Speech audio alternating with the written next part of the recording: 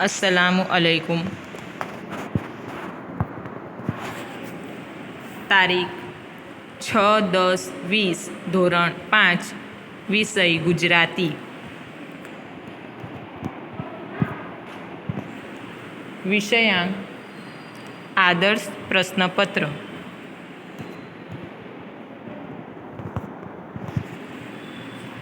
અગાઉના તાસમાં આપણે પ્રશ્ન નંબર 1 અને 2 એની સમજૂતી જોઈ ગયા હતા। હવે આજના તાસમાં આપણે પ્રશ્ન નંબર 3 નીચેના પ્રશ્નોના માંગ્યા મુજબ ઉત્તર લખો એ જોઈએ। ક નીચેના શબ્દોના સમાનાર્થી શબ્દો લખો। રીસ, રોષ, ગુસ્સો। કિનારો, તટ।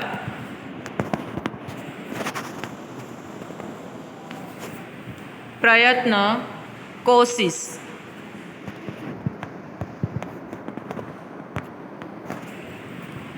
ખ નીચેના શબ્દોના વિરુદ્ધાર્થી શબ્દો લખો। સંવાદ, વિસંવાદ। પ્રશંસા, નિંદા।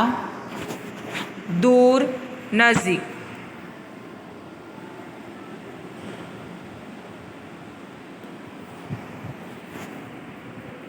ગ નીચેના શબ્દોની સાચી જોડણી લખો।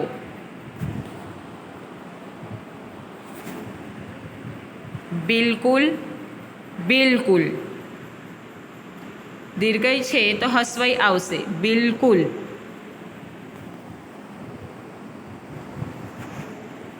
ચિત, ચિત, ચિત। દીર્ઘઈ છે તો હસ્વઈ આવશે। સ્થિતિ, બંનેમાં દીર્ઘઈ છે એ જોડણી ખોટી છે, હસ્વઈ આવશે, સ્થિતિ।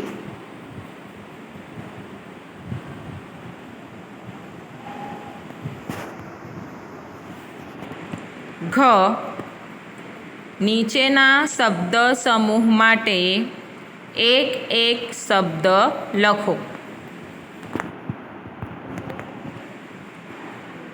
સ્પર્શ માત્રથી લોઢાને સોનામાં બદલી નાખનાર।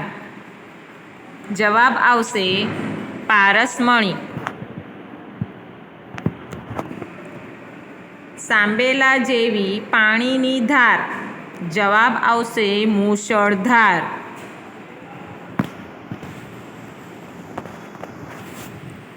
ચ નીચેના રૂઢિપ્રયોગોનો અર્થ આપી વાક્યમાં પ્રયોગ કરો।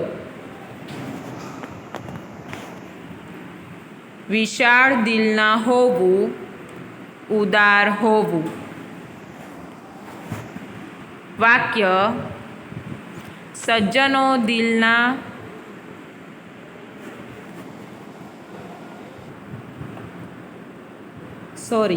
સજ્જનો વિશાળ દિલના હોય છે। વિશાળ દિલના હોવું, ઉદાર હોવું। વાક્ય સજ્જનો વિશાળ દિલના હોય છે। કિંમત કરવી, કદર કરવી। વાક્ય પ્રશ્નો પૂછીને શિક્ષકે વિદ્યાર્થીની કિંમત કરી લીધી। ગળે પડવું, આડ ચડાવવું અથવા માથે નાખવું। વાક્ય પોતાના દોસ્ત માટે બીજાના ગળે પડવું ખોટું છે। 6 નીચેના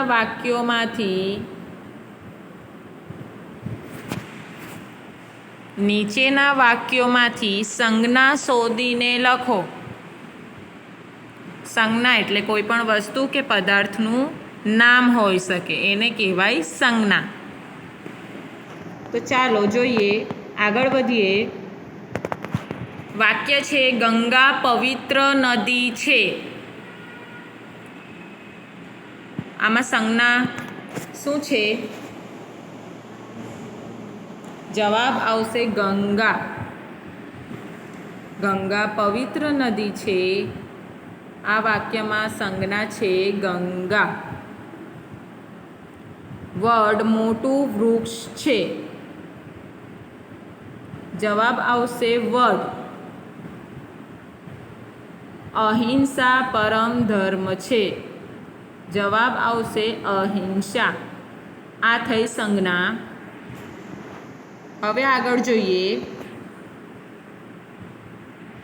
જ નીચેના શબ્દોનો વાક્ય પ્રયોગ કરો. શબ્દ છે જીવાદોરી. વાક્ય બનાવીએ. નર્મદા ગુજરાતની જીવાદોરી છે. બીજો શબ્દ જોઈએ સિંહ. વાક્ય બનશે સિંહ જંગલનો રાજા છે. ત્રીજો શબ્દ છે બેટ. વાક્ય બનશે કબીરવડની આસપાસ નર્મદાએ બેટ બનાવ્યો છે.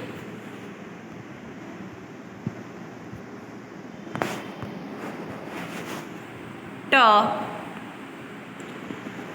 નીચેના શબ્દોને શબ્દકોશની કક્કાવારીના ક્રમમાં ગોઠવો.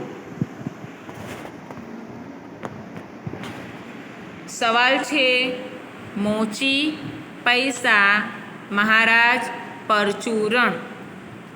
હવે આપણે કક્કાવારીના ક્રમમાં ગોઠવીએ. સૌપ્રથમ આવશે પરચુરણ, પૈસા, મહારાજ, મોચી. વિદ્યાર્થી મિત્રો, આજના તાસમાં આપણે પ્રશ્ન નંબર 3 એ જોઈ ગયા. આ પ્રશ્ન તમારે ગુજરાતીની નોટબુકની અંદર તારીખ અને વાર સાથે સારા અક્ષરે લખવાનું રહેશે અને લખતી વખતે જોડણીનું ખાસ ધ્યાન રાખજો.